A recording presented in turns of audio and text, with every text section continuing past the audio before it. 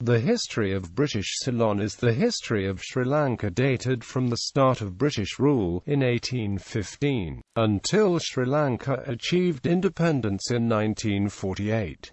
British presence in Sri Lanka began in 1796, while earlier Europeans in Sri Lanka date back to 1505. Background: Portuguese presence. The first Europeans to visit Sri Lanka in modern times were the Portuguese. Francisco de Almeida arrived in 1505, finding the island divided into 7 warring kingdoms and unable to fend off intruders. The Portuguese founded a fort at the port city of Colombo in 1517 and gradually extended the control over the coastal areas. In 1592, the Sinhalese moved the capital to the inland city of Kandy, a location more secure against attack from invaders. Intermittent warfare continued through the 16th century. Many lowland Sri Lankans were forced to convert to Christianity, while the coastal Moors were religiously persecuted and forced to retreat to the Central Highlands. The Buddhist majority disliked Portuguese occupation and its influences and welcomed any power who might rescue them and defeat the Portuguese. In 1602, therefore, when the Dutch captain Joris van Spilbergen landed, the King of Kandy appealed to him for help. Dutch presence. It was in 1638 that the Dutch attacked in earnest but ended with an agreement, and not until 1656 that Colombo fell. By 1660 the Dutch controlled the whole island except the Kingdom of Kandy. The Dutch persecuted the Catholics but left the Buddhists, Hindus and Muslims alone. However, they taxed the people far more heavily than the Portuguese had done. A mixed Dutch-Sri Lankan people known as burgher peoples of the legacy of Dutch rule. In 1659, the British sea captain Robert Knox landed by chance on Sri Lanka and was captured by the King of Kandy. He escaped 19 years later and wrote an account of his stay.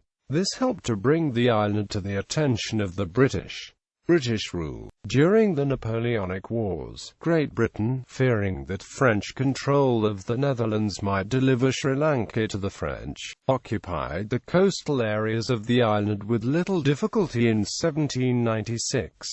In 1802, by the Treaty of Amiens, the Dutch part of the island was ceded to Britain, and became a crown colony.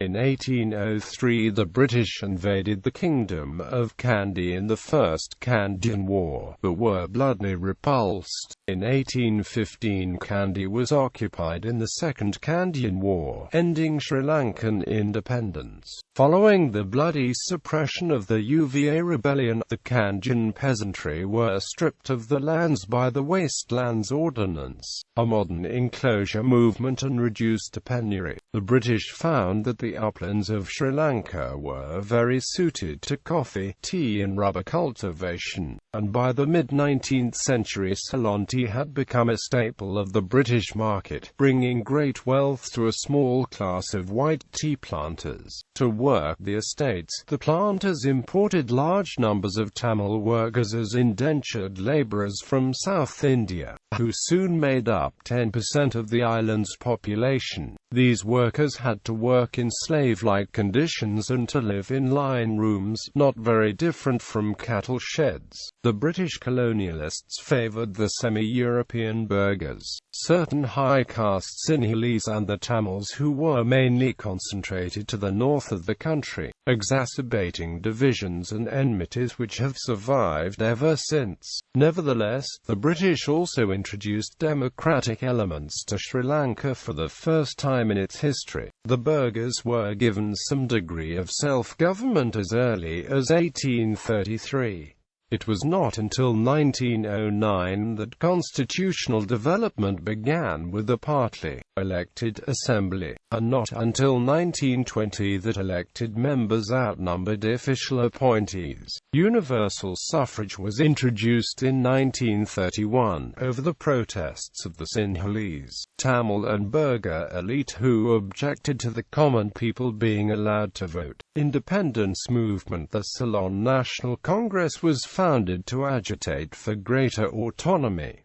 The party soon split along ethnic and caste lines. Professor K.M. da Silva, the famous Peradeniya historian, has pointed out that the refusal of the Ceylon Tamils to accept minority status to be one of the main causes which broke up the CNC. The CNC did not seek independence or Swaraj. What may be called the independence movement broke into two streams, viz., the constitutionalists, who sought independence by gradual modification of the status of Ceylon, and the more radical groups associated with the Colombo Youth League, Labour movement of Gune Singh, and the Jaffna Youth Congress. These organizations were the first to raise the cry of Swaraj, or outright independence, following the Indian example when Jawaharlal Nehru, Sarojini Naidu and other Indian leaders visited Ceylon in 1926.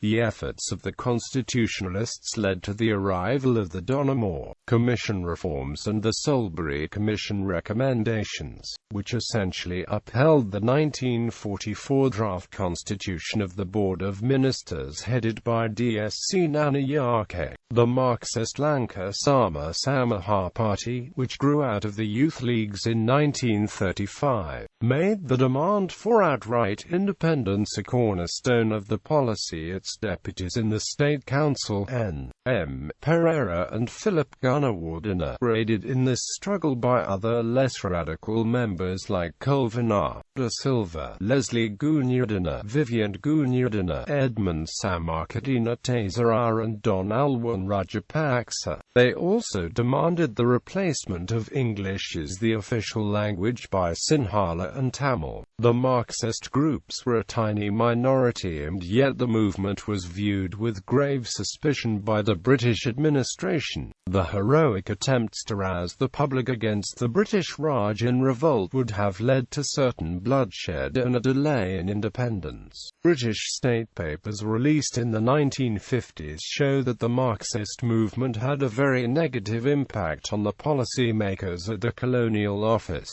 The Solebury Commission was the most important result of the agitation for constitutional reform in the 1930s. The Tamil leadership had by then fallen into the hands of G.G. Ponnambalam, who had rejected the Ceylonese identity. Ponnambalam had declared himself a proud Dravidian and attempted to establish an independent identity for the Tamils. Ponnambalam was a politician who attacked the Sinhalese and the historical chronicle known as the Mathivamsa. One such inflamed attack in Navalapitiya led to the first Sinhala Tamil riot in 1939.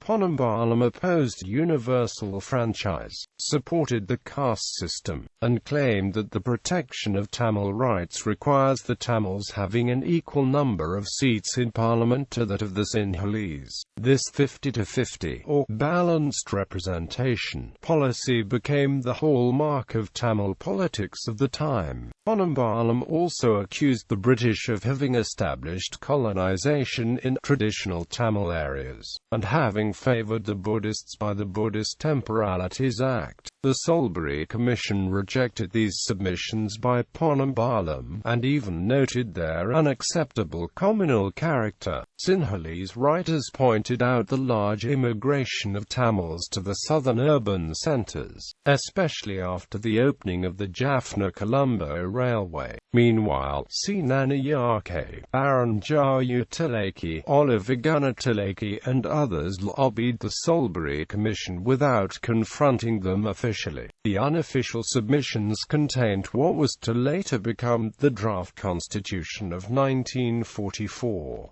The close collaboration of the D.S.C. Nanayake government with the wartime British administration led to the support of Lord Louis Mountbatten. His dispatches and a telegram to the Colonial Office supporting independence for Ceylon have been cited by historians as having helped the Senanayake government to secure the independence of Sri Lanka. The shrewd cooperation with the British, as well as diverting the needs of the war market to Ceylonese markets as a supply point, managed by Oliver Guneshilake, also led to a very favourable fiscal situation for the newly independent government. Second World War. During World War II, Sri Lanka was a frontline British base against the Japanese. Opposition to the war in Sri Lanka was orchestrated by Marxist organizations. The leaders of the LSSP pro-independence agitation were arrested by the colonial authorities.